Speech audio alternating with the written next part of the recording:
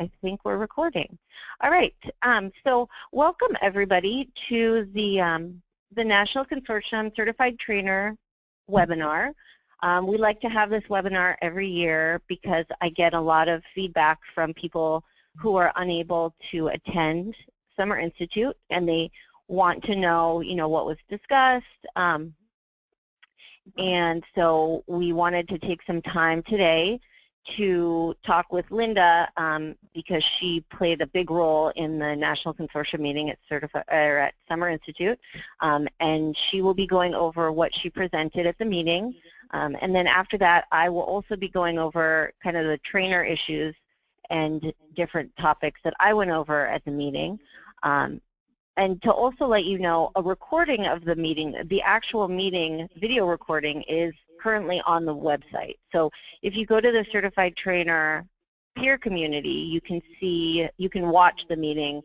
We've broken it up into, I think, 10-minute chunks so that you can go ahead and watch there. So I guess we will get started. Like I said, I am actually going to mute everybody. And so if you have any questions, then I can, you can put them in the chat, and I will go ahead and answer them. So Linda, if you want to go ahead. Okay. And I can go. Yeah. Hi everyone. Glad you could find some time today to do this. As I really would say that, as Adriana just mentioned, there are the videos of all these presentations are on our website, so that will give you more idea of everything that was discussed, because we're just going to try to do this in an hour. And I guess one of the things that I'm thinking is to focus in on the anything related to our new test series in reading and math as something that I presume everybody is interested in. And then there are other topics that are covered every year, and as well as this year, like NEDP and workforce skills certification, some other things that are in the PowerPoint. And so I'm not going to spend too much time on those, but if you have specific questions, you can pose them and I can try to answer, but again, I would not be the best person to answer. Anyway, so we're going to focus in, I think, on areas of common interest. And but if you have a specific question, again, please use the chat box and we'll try to answer. And really, anything at all that you'd like to ask that you came to the call to find out, please put it in the chat box and we will do our best. If not answer it today, then we'll get back to you with an answer. So, okay, we've gone straight to the content standards. Okay, I mean, just if you all, I can go back, Linda, if you want. Just go back real quick to just a couple slides. Sure. There. So just to give an overview, I mean, WIOA is really center stage now, as you all know, and so that's an overarching new thing. But within that, we do have new educational functioning level descriptors from the NRS for ABE and ASE. Within WIOA, we have this integration of education and training, or IET. Career Pathways is well on its way in most states already, or if not, I'm sure you're working on it. The common measures and emphasis on collaboration and partnership is really something new, and but again, that's not going to be the focus of this session. And of course, other indicators of progress. So we, at the Summer Institute on the Monday, we did have some breakout groups where some of these topics were focused in on, and so that is, of course, if you can make it to the Summer Institute next year, that's one of the nice things, is you can get to network with people and really talk through some of these things and find out how it's different in other states and learn from them. So, okay, go ahead. Okay. But And overall, these are the areas that you know, CASAS strives to support whatever is going on that's new or upcoming in the field, and content standards as they align to the adult college and career readiness standards is something that we spent a lot of time focusing on, and we're going to talk about it. Our new assessment series that's aligned to the CCR standards. Transitions is really something we're not going to focus on so much today, but something that comes out of WIOA even more than before. Technology, we can actually look at that. I don't know how much time to spend on it today with all of you. The slides are, you know, there in the PowerPoint, and probably the best person to give specific questions on technology, things that are new there, is to go straight to Richard Ackerman. Professional development we will cover at the end. Adriana will cover that. Mm-hmm. Okay. And just to go back to the technology questions, you know, I'm taking notes here. So if you have any questions that are related to technology, I'm happy to pass them along to Richard as well. Mm-hmm. Great. Okay. So in terms of content standards, this is an overview. Is that, you know, when the College and Career Readiness Standards, and I'm going to call them the CCR or CCRS from now on, came out in 2010, we did some studies. Sorry, when the Common Core State Standards came out in 2010, we did some studies. We did some additional studies later, and now we have revised our reading content standards, and we're doing some studies for reading and math, showing the alignment to these CCR standards. Next slide. So back in 2010, as I said, we did initial alignment. In 2013, we did some more. And the NEDP program, the timing of it was really fortuitous because we were able to align the NEDP competencies and performance indicators very strongly to these college and career readiness standards. So that really worked out well. Next slide.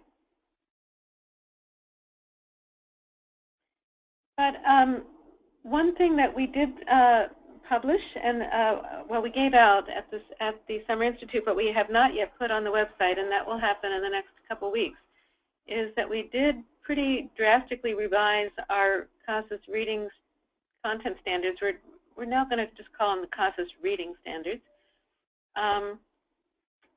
Combined, reduced, renamed, reorganized both the categories and the standards, and so now it's only 5 categories instead of 9, and only 51 standards instead of 125. So it's a much more manageable document. We looked at the CCR standards for adult basic ed and adult secondary, and in the areas of English language, arts, and literacy for the areas of reading, reading foundations, and language. And we have referenced all of those anchor standards in our reading standards. So what's important about the new reading standards, and what I'm really excited about, is that now with this revision, the reading standards are aligned to how we're reporting out results in our new test series. So that way there's really a nice alignment between the reading standards, the test results, and of course the competencies come into play as well. But so that there's just a much tighter fit among those 3 aspects of curriculum assessment and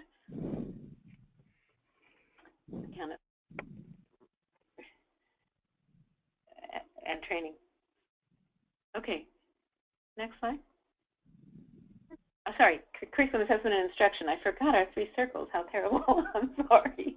Momentary lapse. But yes, curriculum assessment and instruction are the 3 famous CASAS circles. But of course, they also both relate to training, and they all relate to accountability. All right. So this is the new. These are the new categories of our reading content standards, or reading standards. Foundational literacy really was there before as well. But this new category, language and vocabulary, was we combined other categories together in the previous reading standards. and put all of them together in that are related to language and vocabulary together in Category 2. Now, what's interesting about Categories 3, 4, and 5 is that what we tried to do was to organize these reading standards in relation to what is really an underlying theme of the CCR standards, and that is bringing in higher order reading skills.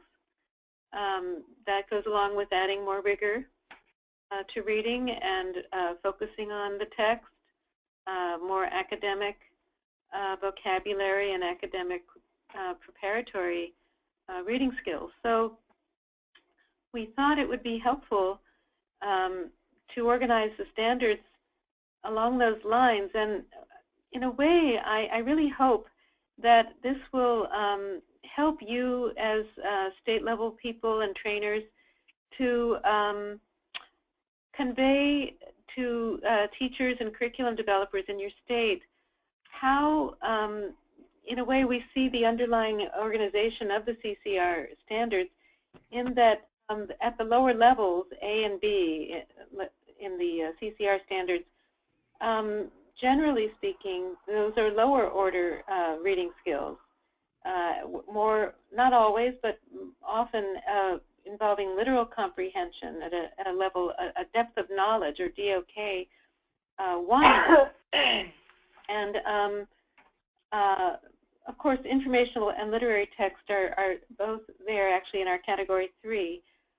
But you'll see that Categories 4 and 5 are distinguished in that way, is that there's a Category 5 has only literary text.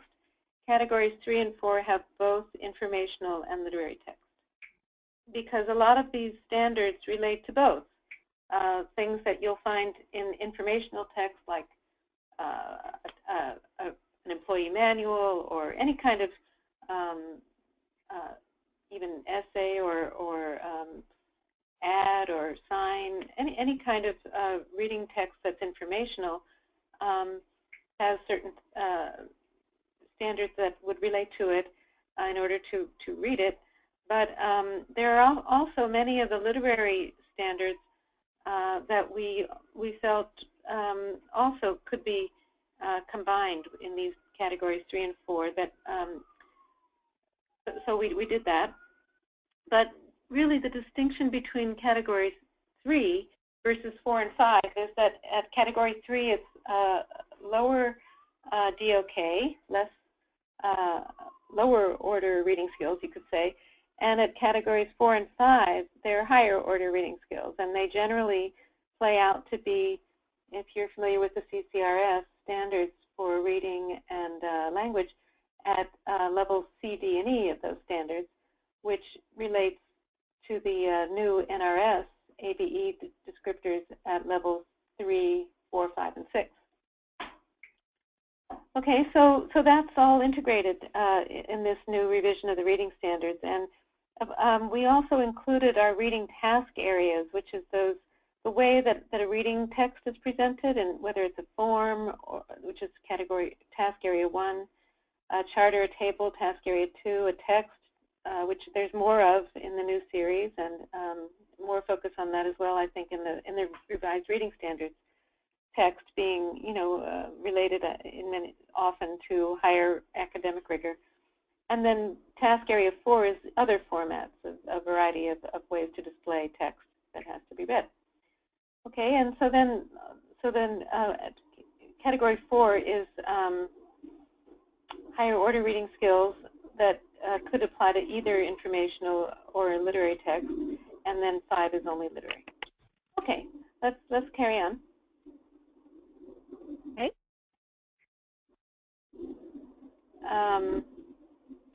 So we did get,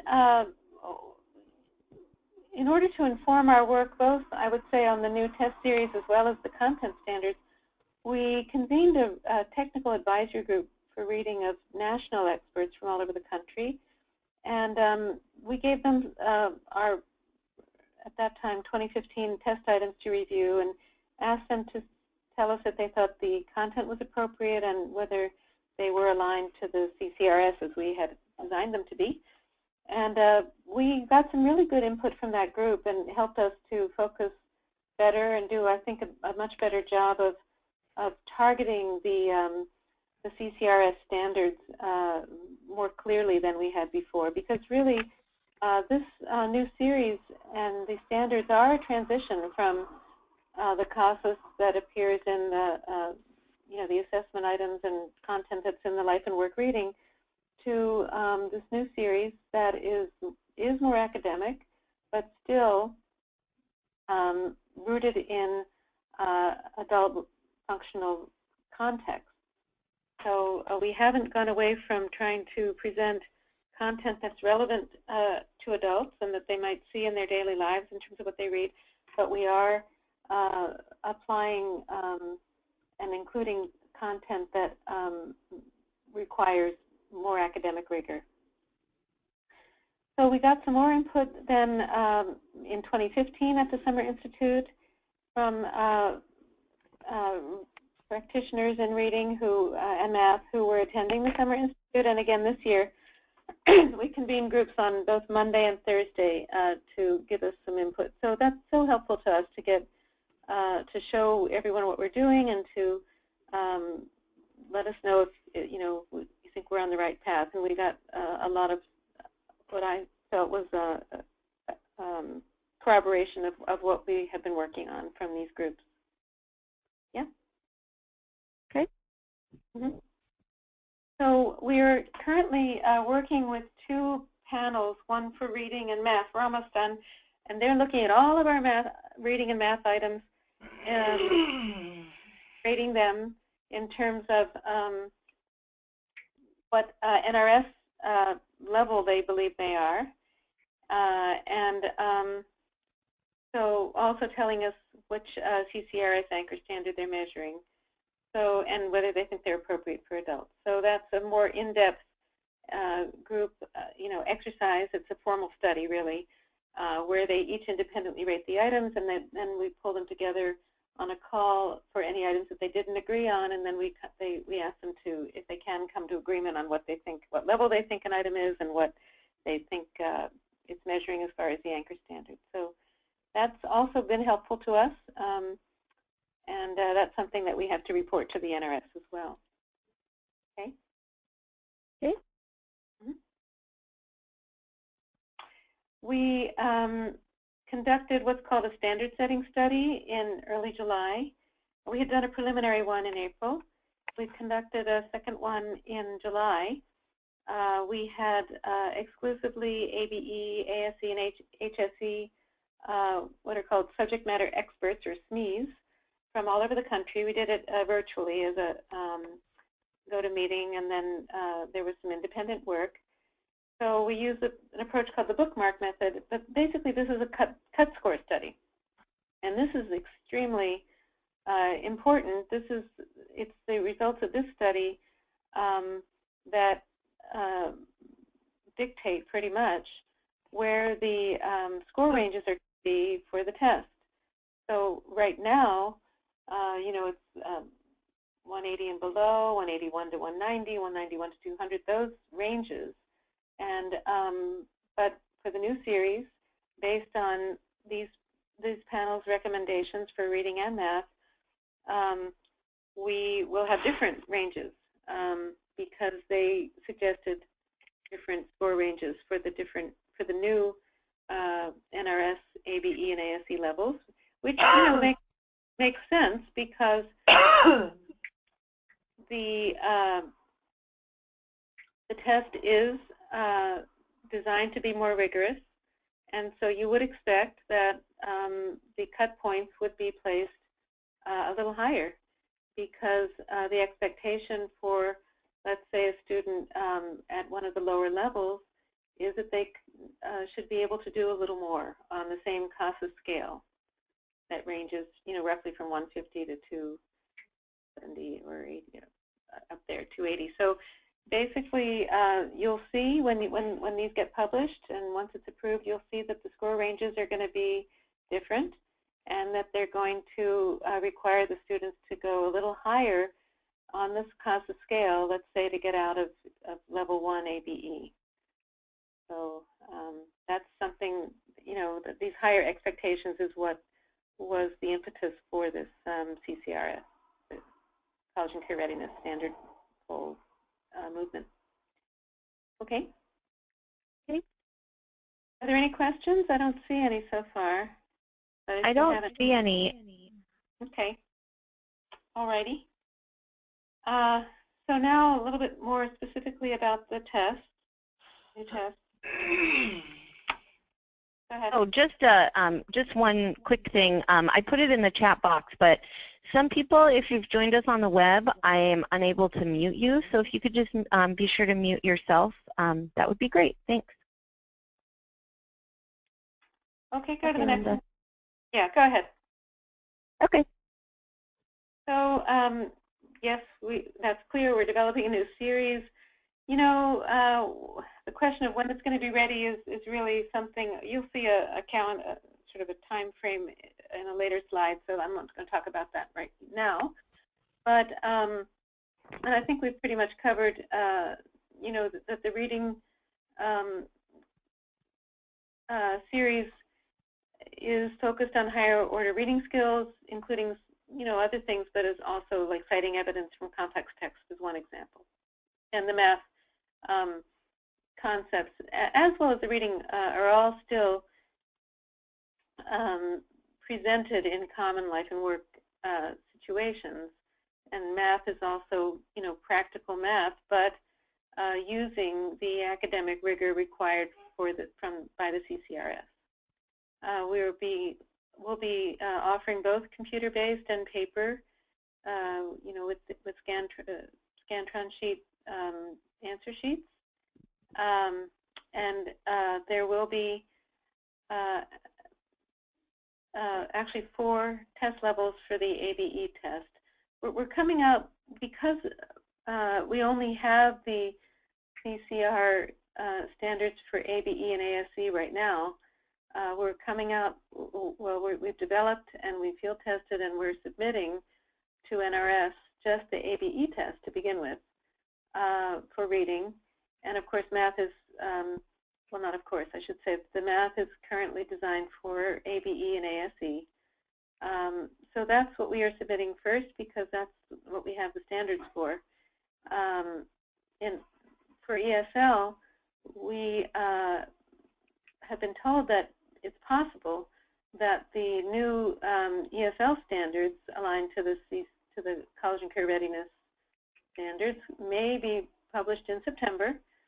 And as soon as, if that happens, and depending on, in any case, we'll look at them if they come out, as soon as they come out, and try to see if they relate pretty closely to, in terms of reading skills, to the ABE and ASE standards. If they do, then hopefully, as always, we'll be able to have a test, the same test that's used for both ABE and ESL. If we find that the new ESL standards are different, we're going to have to look at perhaps a different test for ESL, or it could be that there's some levels, perhaps the higher levels of ESL are very close to the ABE. We just don't know. So that's a wait-and-see situation. But right now we've developed something that is appropriate for ABE based on the standards that we do have. Okay, go ahead. So in addition to content standards, which was what we've focused on so far, CASAS competencies are absolutely part of the blueprint and contents of the reading series. So they're squarely there. They're not going away. And as well as the reading task areas that I talked about earlier, that's, is it a form, is it a chart or table, is it text?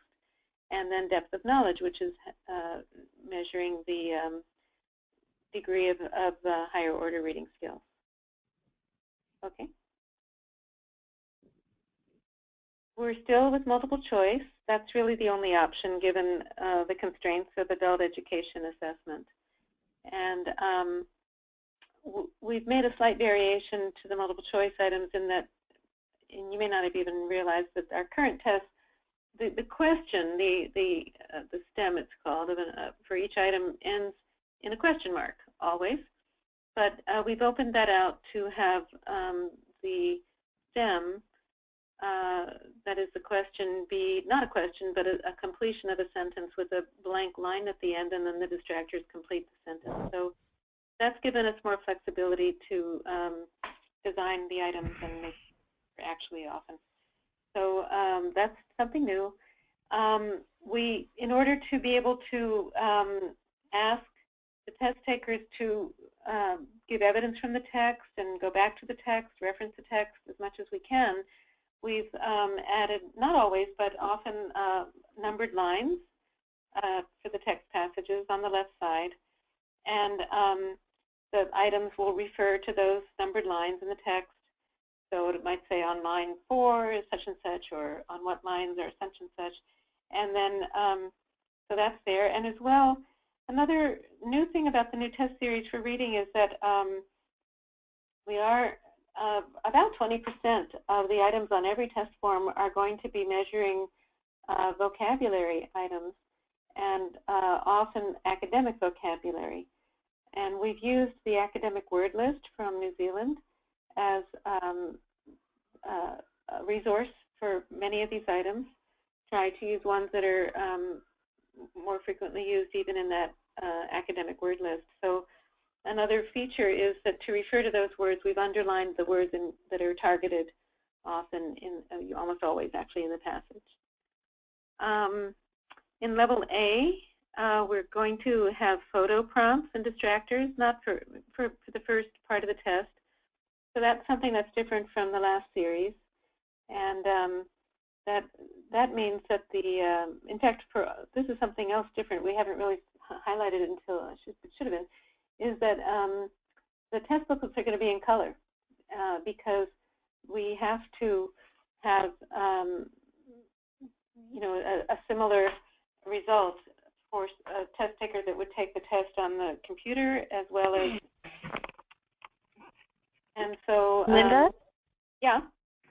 There's a question really quickly. Okay. It's, do you anticipate the new reading test to be used for ABE and ESL? Is there any indication from the NRS that the 80 series will be continued after February for the next program year? Yeah. So I thought I just answered the question about whether we're going to use the reading test for both ABE and ESL. Maybe you asked it before I answered it, so I think so, yeah. Okay. But as far as the extension of the 80 series, we've asked Department of Ed to please let the field know something definitive, but it seems that they're not ready to say that. The tests currently expire in February, and there's no way, as far as I can tell, that they're going to, the first time that we can submit a new test that's aligned to the college and career readiness standards is October 1st.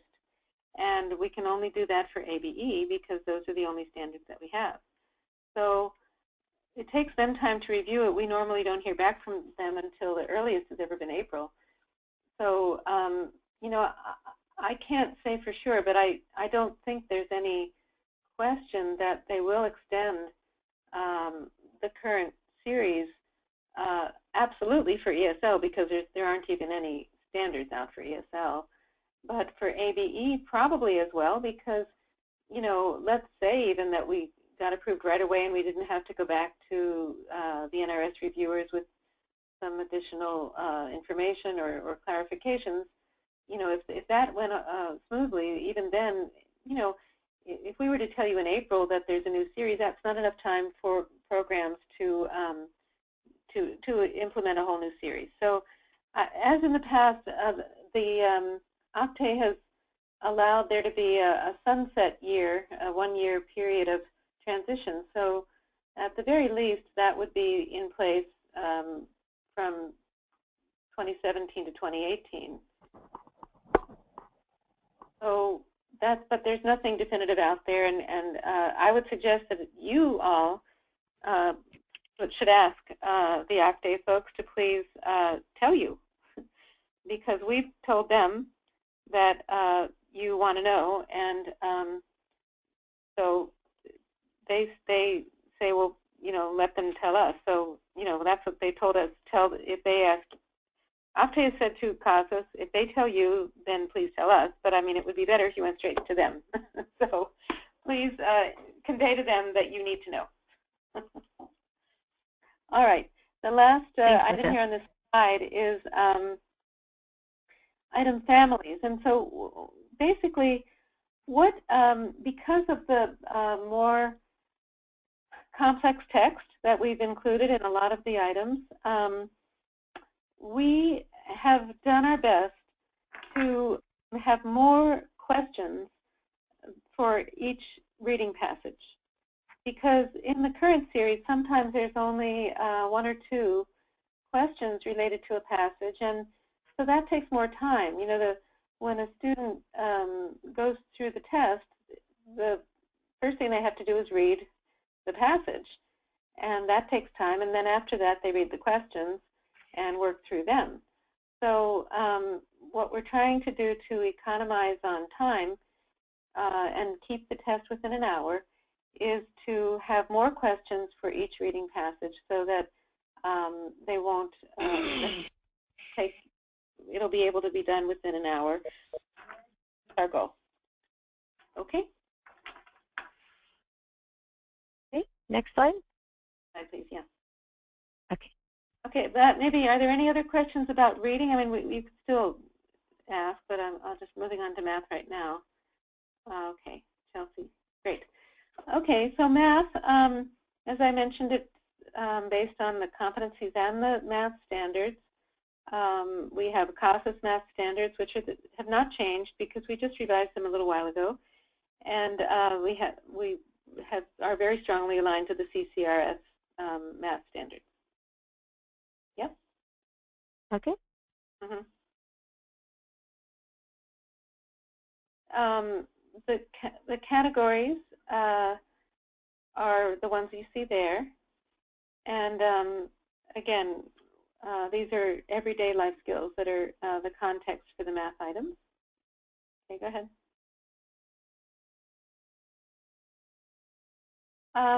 The math tests have a range of item types. There are word problems. We're trying to simplify the language as much as we can so that that's not a barrier. There are calculations from simple to advanced. There are some traditional academic contexts that were not so much in our previous series. And as I've been saying all along, that these are situational scenarios that are functional life context. We originally were saying we were going to go with about 50 items, but we're really keeping it to 40 or maybe possibly fewer in the final forms. In fact, our reading test, I didn't mention this, we were able to get them down to 38 items. So that was, I think that's really going to be a good thing, and we were able to get the accuracy and the standard error measurement down, within good limits. So that's good news, I hope, for all of you, that it's not going to be 50 items as we thought we might have to do, but it's going to be 38 for reading, and I think it's 40 or fewer also for math.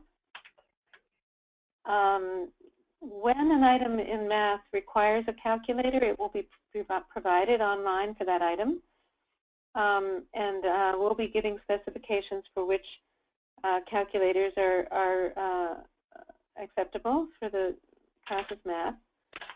And then also, in cases where the formula is something that is more complex, then that will also be provided with the math problem, so that it's not a matter of memorizing the formula but applying it to solve the problem. Okay? Yeah, here's the timeline, which I've kind of already gone over, but basically we've finished writing items now. We've finished field testing them as far as what we call item field testing, which we did in 2 ways. We did them embedded in the operational forms on e-test. 2 or 3 items, sometimes 4, were embedded. And Then we also had what we called intact field test forms, and this was still testing individual items, really. And then we were able to calibrate those items onto the CASAS scale, and we created the final test forms. And currently we're in what we call phase 2. I'm going to show you this in a second in more detail, but we're doing final forms testing for reading. We're about to start it for math. And we are writing our technical submission to give to the NRS on October 1st. So best case scenario would be that after Octave reviews the new series, that they say, great, and in spring of 2017, these would be ready for you to use. And if you, I don't know, possibly if that were to happen, if you thought you could implement them and they were approved, you could go ahead. Now, anything, it's also possible that in the spring we would get some questions or comments from the Octave test reviewers, which would perhaps require us to go back and do some more research or clarify things, and that would extend the timeline. So we don't know, and often we don't hear back in April. We have at times have not heard back until June or even August. So it's a very uncertain path. What we do know is we're submitting on October 1st, and from there on we'll keep you posted. And that's for the ABE and ASE. For ESL, as I was saying earlier, we don't know when we're going to be able to submit. It depends on what those new ELL standards look like and the descriptors. And if we can use the same test we developed for ABE, then there is a chance we could submit the ELL test April 1st of 2017. But the next possible date after that to submit is October 1st of 2017. So that's kind of a rough time frame for that, and then after that we have to wait to hear, and so on. So it's going to be a little while longer for the ELL test. Something just happened to the screen. I don't know what. Okay. Did that? That's better and bigger. Yeah. Nice. Okay. Okay. Any questions? I think somebody accidentally shared their webcam, so I closed All it. Right. Okay. All right. So hopefully that's clear. Let's go on. Okay.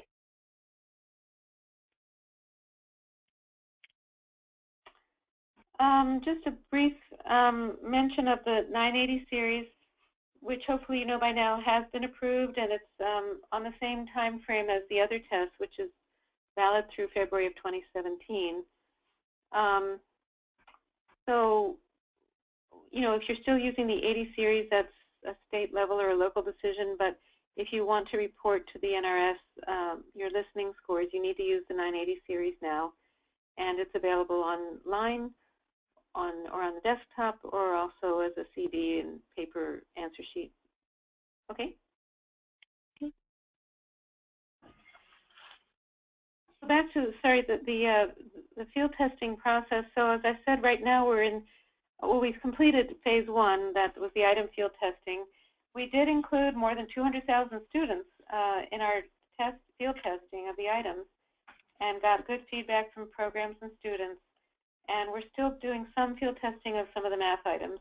So if you are able to help us to finish the field testing of the items for math, we would very much like your help. And thank you to all of you, if any of you are on the call, who helped us reach out to programs and get them involved in this phase 1 item field testing. And there was a list, I guess, I don't know, Adriana, if it's on the website of the field test agencies. You could probably see. I'm not sure. Yeah, if not, we should really add it. So maybe that's something we can do. Mm-hmm. Yeah, I can put a note there, and I'll check to see if it's on there. If not, I will talk to our web team. Okay, and let's say go into the next slide. But right now we're in what we're calling phase 2, which are research studies on the final forms. And we really could use your help right now. We're not quite done yet. We're still looking for some agencies to help with both reading and math to give the same, perhaps to have this. There's a couple ways to participate. One is, and we can maybe, Adriana, maybe you could send, hopefully you received this CASAS Field Testing update, because we sent it out, I believe, to all National Consortium and Certified Trainers. But if you think you didn't get it or want to get it again, we can definitely send it out. We're very eager to get a little more representation from all over the country in these studies. And one of the studies is for the same student, and for this we just need ABE students right now, because that's what we're submitting October 1st. Either ABE, HSE, or HST students, the same student to take the two parallel forms. So like if it's a level C student, they would take both of the test forms at that level C, and if they get similar results on both forms. So it's not pre-post, it would be just in like the same day or within a week they would take the two parallel forms. And then another study, and this could be either along with the parallel forms or just if you think your students couldn't handle taking two forms but would take one of the forms, one form at whatever level they are. And then, and this would be, it's a really interesting study if you have teachers that you think you could convince to participate. We'd really, again, ABE, HSC, or HST teachers, to have their classes take the test. Just one form even is okay. And then the teachers would, we have a process where we would train them, and they would, like we've done with our content studies, as I was describing before, the teachers would tell us what NRS, ABE, ASE level they think each student is. Not looking at the test score, but based on their class performance in reading and math. So if anyone on the call can help us with that, we would be so happy to have more states involved and more programs. So please think about it, and if you can even come up with one teacher, one class in your state that could help with this, it would really be helpful at this point. Okay, let's go ahead. And Linda, if there's anything that we could send out, that you want me to send out to everybody on the call, I can after we get off the phone. Okay, well, if you send them even this PowerPoint, maybe they already got it. This is how you can contact us to participate. It's just fieldtesting@casas.org. We'll get the ball rolling. Okay. Okay. Yay, Christina, thank you. We'll reach out to you.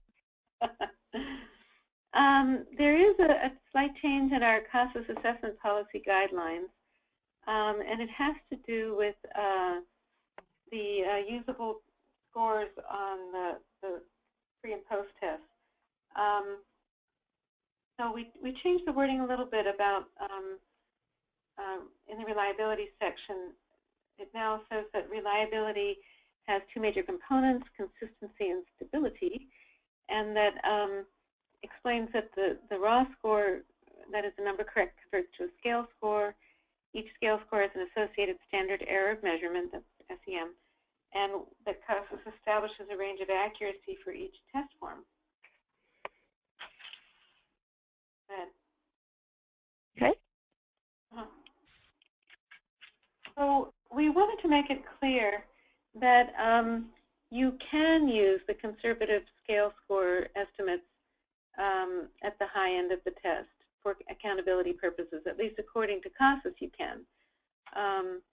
Your state may have other guidelines or your local program, that's fine, but we wanted to be clear that as far as CASAS is concerned, you can use those diamond scores for the reading tests. In the listening test there aren't diamond scores, but there's one score, scale score above the accurate range that you can use according to us. You can administer a test at the next higher level if you want to, and that would probably give you a more accurate scale score, but you do not have to. So that is your decision, or it may be your state's decision, and then you'd have to fall in line with that. So and we do not actually allow you may not report scale scores that fall below the accurate range. My understanding is that actually in e-tests they may appear, but they are not to be used for reporting because they are not accurate scores, nor are they conservative estimate scores. They are simply unusable. Okay. Okay.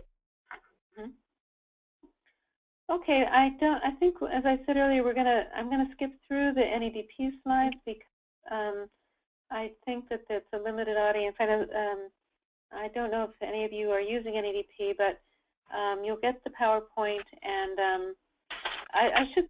So if you are thinking of now considering using NEDP, I'd really encourage you doing it. We've really done, I think, an amazing job of moving it online and making it much more user-friendly, much more streamlined, and updated it all. It's aligned to the CCRS. It used to be a little unwieldy, and now it really is so much more streamlined in every way. So if you're looking for another way for your students to get a high school diploma, this is a great way to do it, and it's very 21st century. So consider it, and here's who you can call to get more information. Yeah, and also, sorry, there's a, I think we're back. Also, like I mentioned at the beginning of the webinar, on the Certified Trainer Peer Community page, you can actually see the presentation that was made by our NEDP director. And so, you know, if you want to learn more, that's a great way to go about it. Yeah. And same for, you know, I just want to do a little time check. We're at about 12 minutes to the hour. Adriana, how much time do you need? I just need a couple minutes. I just have a few announcements. Okay. All right, let's go on. The next slides have to do with our workforce skills certification system. You know, this is really like a whole way, a package way that you can work with partners. And now, more than ever, that's something that's really happening, whereas before it was a little bit abstract sometimes and not really taking shape. But I think now more and more at the local or regional level or even at the state level, there is perhaps even more of a need or a way to implement a system like this that will provide a way to communicate to employers the skill level of students, and also to allow students to demonstrate through an assessment that we have available through this WSCS system their soft skills, which is something employers value very highly. And this WSCS system puts all that together. I mean, it's something that you need to promote and to give credibility to, because it needs to be marketed and promoted. But if you're looking in your state, or if any of your local programs are looking for some tool to pull all this together, to work with partners and employers, it's really a great CASAS results and merges it into a whole package that can be used with One Stop. So that's just, again, if you listen to the video, you can learn more about it, or if you, and there's examples of it, of the various tools on the web. Maybe go, yeah, I think that's all. This is the only slide on it, but if you're interested, you know, now it's timely right now for what's needed for WIOA. Yeah, and feel free to contact me. I'm working on that project, so you know, if you want more information, you can email me. I can also, if you want to take the soft skills assessment, I can set you up with a sample so that you can see what it looks like. Just let me know. Great. Yes. In terms of high school equivalency tests, we have done a study with the GED, and it's published on our website. We are doing a study with HiSET to determine, both of these GED and HiSET studies are to determine what CASAS score is likely to result in passing the test. So it's helpful information. You can find it already on our site for GED, and we'll let you know when the HiSET results. And for the task, we're not doing a study, but maybe one day. All right. Okay. Quick, still there, and you know, I won't go into detail, but hopefully you all are familiar with it, and we keep updating it. We have Camille Confer. That's her only responsibility, is to keep this up to date. So please, you know, this is a reminder that it's there, and to encourage your programs to use it. Okay. These curriculum modules, people have found to be very helpful, both for ABE and actually also for ESL. They're very beginning level. They have great handouts and worksheets and quizzes. So, you know, I would, if you haven't already checked them out, please do. There's a lot of great resources here for classroom instruction. And they're free. Okay, go ahead. All right, then we did have these discussion groups.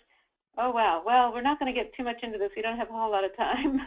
But I'll just highlight a couple things. Go ahead. Keep going. Okay. We are doing a lot of programming within TOPS Enterprise for WIOA and to meet the requirements. Keep going. The employment barriers have been expanded to meet the WIOA requirements. Go ahead. As have the education categories. So there's more. It's all aligned with the WIOA requirements. Go ahead. The work categories have also been updated. Like entered apprenticeship wasn't there before. This is all new language. Go ahead. And all these various kinds of reports that are required, it's all there. You know, you in your state or program may have other ways that you're asked to do this, but just so you know that it is going to. Go ahead. Okay. Yeah, and there's a report template for working with partners and for reporting. Go ahead. For reporting to your state. If you know, so in some states they use TOPS Enterprise as the vehicle for doing all this, so that's why it has to be up to date. Go ahead. Now in eTests, a big change coming soon is that we're converting to HTML5. Keep going.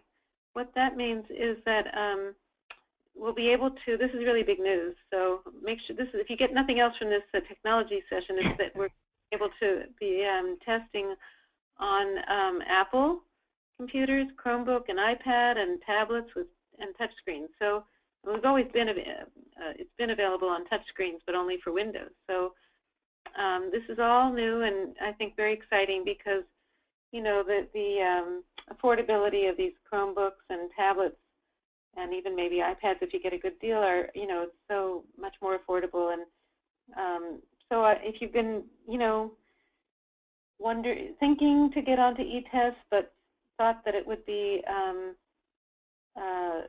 not affordable, now is the time to really seriously look into it because it's getting to be more affordable. When are these changes? Linda, we have a question. I see that. You know, I don't know the answer. We had been hoping for July, but I think it's not exactly ready yet, so we will let you know as soon as it's available. Coming soon. But yeah, I'll when I send out a I'll talk with our Richard and see what his timeline looks like, and then I will get back to you when I send out a summary of our meeting today. Thank you. Good. Go ahead. Go ahead, Ed. Keep going. I think we don't have time to do much of this. Go ahead. Yeah. Keep going. Yep. Yep. Go ahead. Just so you know, though, in TE, you can report other test scores. So if you're a menu state, you can still use the software to enter best scores, gain scores, tape scores, GED, all these other things. So, okay, go ahead. Okay. Yeah, okay. Adriana, this is you. Yeah, so this also, the extended version of what I'm going to go over is also on the website if you'd like to watch kind of the whole thing. We went ahead and thanked our new state certified trainers, state certified IT trainers. And the next slide is just a reminder, make sure that you are a part of the peer community. I don't think it's an issue with everybody that's on the phone now, but if you're helping to mentor any trainers in progress or you're working with any other trainers in progress, please make sure that they are a part of the peer community so that they can access, things like this webinar or other documents and videos. One big reminder, probably the main thing that I wanted to convey today, is that the 2016-17 CASAS implementation training has had a number of updates to it, and so if you've conducted an IT this program year, you know that it does look a little bit different. The format is a little different, the material is different, so make sure that you go onto the peer community and download all of the updated materials. We had a webinar in July in which Patty Long, who kind of was spearheading the whole updating of the IT, she went through all the different changes. So a recording of that is on the website if you weren't able to make it, but you would be able to hear what she had to say. I think it's about an hour long. The last slide then that I need to go over is just a reminder that you can supplement your professional development with CASAS online trainings. So if you see there, a list of different online trainings that are available and for you to certify as well as recertify, and everything is now updated for the 2016-17 program year. If you have any questions at all about training, feel free to contact me. If I can't answer your questions, I can definitely direct them to somebody who can. So you are more than welcome to call me or email me. If you get any questions in your trainings, definitely let me know, and we can make sure that we get those questions answered.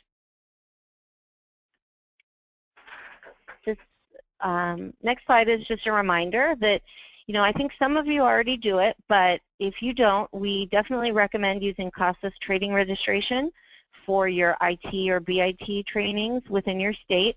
For those of you that do use it, it's a lot easier on our end and your end in that people are already set up with CASAS user accounts so that it's easy for them to, after the training, go online and get their certificates and verify their training after.